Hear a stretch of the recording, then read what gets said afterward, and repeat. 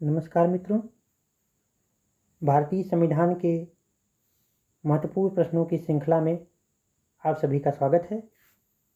इस श्रृंखला की 5वीं कड़ी है, 5वां वीडियो है।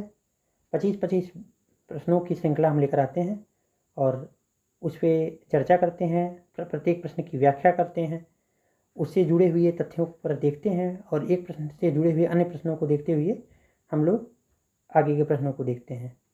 तो आज ये 5वां वीडियो है। प्रश्न शुरू करते हैं। केंद्र में अंतरिम सरकार की स्थापना हुई थी। कब हुई थी? ये 4 ऑप्शन में से आप देखिए। कैबिनेट मिशन के आने के बाद। इसका उत्तर होगा सी। केंद्र में अंतरिम सरकार की स्थापना कब हुई थी? कैबिनेट मिशन के आने के बाद।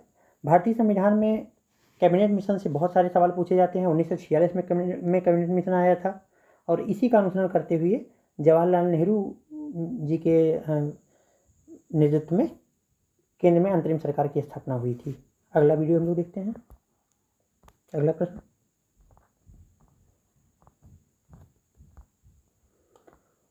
उन्नीस सौ 2 में भारत में अंतरिम सरकार का मुखिया कौन था? देखिए इसका उत्तर क्या होगा। इसका उत्तर होगा 1946 में भारत में अंतरिम सरकार का मुखिया कौन था? जवाहरलाल नेहरू। इसका उत्तर डी होगा। अगला प्रश्न देखते हैं। अगर कांग्रेस विभाजन स्वीकार करती है तो यह मेरे मृतक शरीर पर से ही होगा। यह किसका कथन था? बहुत महत्वपूर्ण कथन है। देखिए विभाजन तो कोई नहीं चाहता था, लेकिन गांधी जी का ये वाक्य था कि अगर कांग्रेस विभाजन करती है, स्वीकार करती है तो मेरे मृतक शरीर पर होगा। इसका उत्तर होगा सी, महात्मा गांधी। प्रश्न नंबर 104। अगला प्रश्न, संविधान सभा के संबंध में निम्न में से कौन सा कथन सत्य है? कौन सा कथन सत्य है? यह वयस्क मताधिकार पर आधारित नहीं था, यह प्रत्यक्ष मतदान का प्रतिफल था, यह बहुदलीय निकाय था और इसमें कई समितियों। देखिए ये उत्तर स्टार है और गलत है, इसलिए इसको हम छोड़ते हैं, स्किप करते हैं। अगला प्रश्न देखते हैं। भारतीय संविधान का निर्माण निम्न में से किसने किया? बहुत सरल सा प्रश्न है। संविधान सभा ने भारतीय संविधान का निर्माण किया। संविधान सभा की स्थापना 9 दिसंबर 1946 में हुई थी। 9 दिसंबर 1946 को पहली बैठक हुई थी, जिसमें सच्चिदानंद सिन्हा कांग्रेस के संविधान सभा के पहले अस्थायी अध्यक्ष थे और उसी के 2 दिन बाद राजेंद्र प्रसाद जी को संविधान सभा का अस्थायी अध्यक्ष बनाया गया था 11 दिसंबर 1946 को। अगला प्रश्न देखते हैं। जवाहरलाल नेहरू द्वारा प्रस्तुत उद्देश्य प्रस्ताव को संविधान सभा ने कब पारित किया? जवाहरलाल नेहरू द्वारा प्रस्तुत उद्देश्य प्रस्ताव को संविधान सभा ने कब पारित किया? इसका उत्तर होगा 22 जनवरी 1947। यह उद्देश्य प्रस्ताव भारत की संविधान की का प्रस्तावना बना, उद्देशिका बना। 22 जनवरी 1947 को जवाहरलाल नेहरू ने उद्देश्य प्रस्ताव को पारित किया था। अगला प्रश्न है, संविधान सभा का गठन निम्न में से किस योजना के द्वारा किया गया? ये बार बार प्रश्न आपके सामने आएगा, बहुत महत्वपूर्ण प्रश्न है। कैबिनेट मिशन 1946, कैबिनेट मिशन 1946 द्वारा संविधान सभा का गठन हुआ। अगला प्रश्न देखते हैं।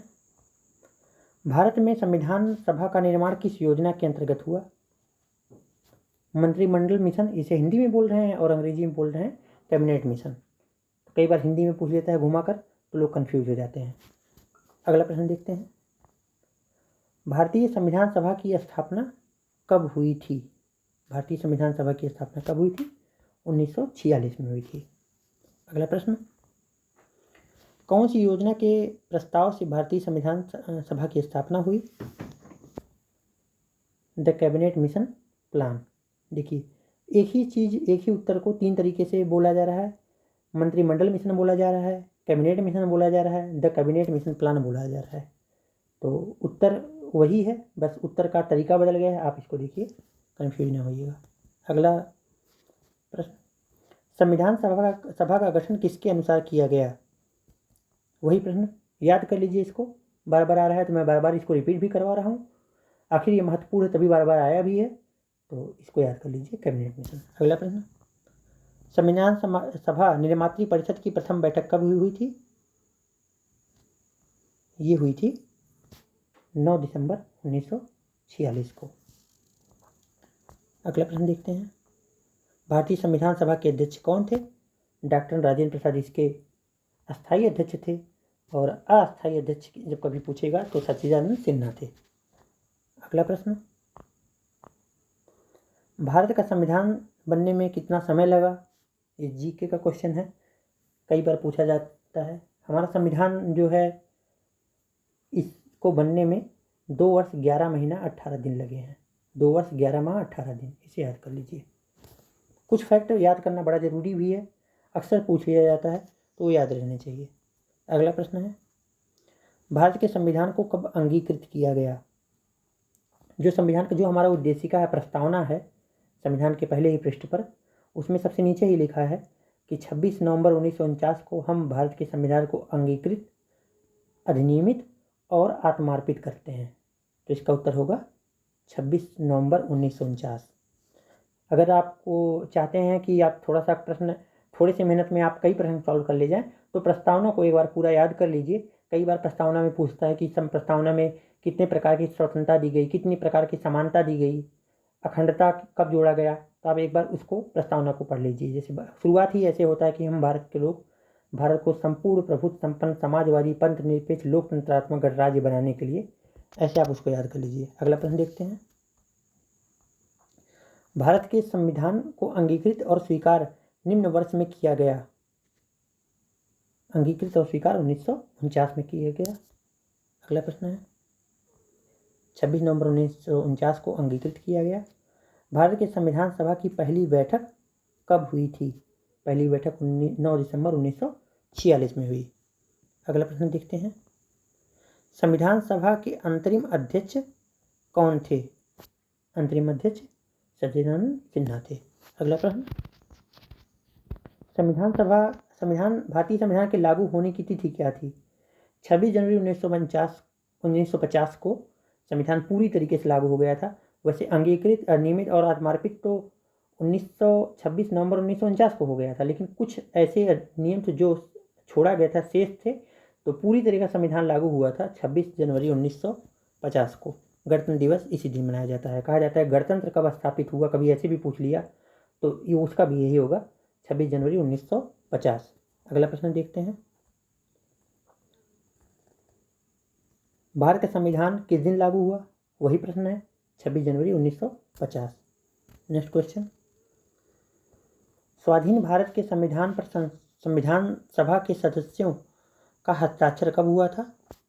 तो 24 जनवरी का दिन था, 1950 24 जनवरी का दिन था। उसी समय डॉक्टर राजेंद्र प्रसाद जी को राष्ट्रपति बनाया गया था, और संविधान के सभी सदस्य जो थे, जो वहाँ पर उस बैठक में उपलब्ध थे, उन्होंने संविधान सब पर अंतरिम हस्ताक्षर किया 24 जनवरी 1950 को। अगला क्वेश्चन है, भारतीय संविधान को किसने अधिनियम बनाया? किसने अधिनियम बनाया? संविधान सभा ने ही उसे अधिनियम बनाया, उसे कानून का रूप दिया। अगला है, निम्न में से कौन भारतीय संविधान सभा का सदस्य नहीं था? देखिए, वीटी कृष्णाचारी थे, एच.सी. मुखर्जी थे, के.एम. मुंशी थे, बी.एन. राव नहीं थे। बी.एन. राव संविधान सभा के संवैधानिक परामर्शदाता थे, सलाहकार थे बी.एन. राव। तो ये अगला प्रश्न देखते हैं, भारतीय संविधान सभा में कुल कितनी महिला सदस्य थी? कुल 13 महिला सदस्य थी। सॉरी, ये 15 महिला सदस्य थी।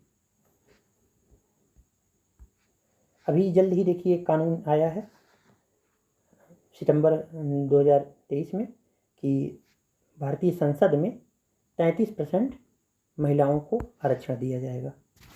ये सवाल भी पूछ सकता है। अगला प्रश्न देखते हैं, अंतिम प्रश्न है, संविधान निर्मात्री परिषद के वैधानिक परामर्शदाता कौन थे? अभी ये हम लोग प्रश्न पीछे किए हैं। बी.एन. राव वैधानिक परामर्शदाता थे, एक तरीके से सलाहकार थे बी.एन. राव। ये प्रश्न पूछता है, वैधानिक परामर्शदाता कौन थे? बी.एन. राव। अगले वीडियो में हम लोग बहुत महत्वपूर्ण 25 प्रश्नों के साथ उपलब्ध होंगे। आप बस लगातार इस वीडियो को, जो समय थोड़ा सा समय ही लगता है 10-15 मिनट, लेकिन जो चीज़ें हम आँखों से देखते हैं, जो कान से सुनते हैं, हमारी दोनों ज्ञानेंद्रियाँ काम करती हैं। अगर आप ध्यान से बस अवलोकन कर लें शांति से बैठकर, तो ये 25 प्रश्न आपको भूलने वाले नहीं हैं। परीक्षा की घड़ियों में आपको ऑप्शन देखकर ही याद आ जाएगा। तो अगले वीडियो में हम लोग महत्वपूर्ण प्रश्नों के साथ मिलेंगे। धन्यवाद।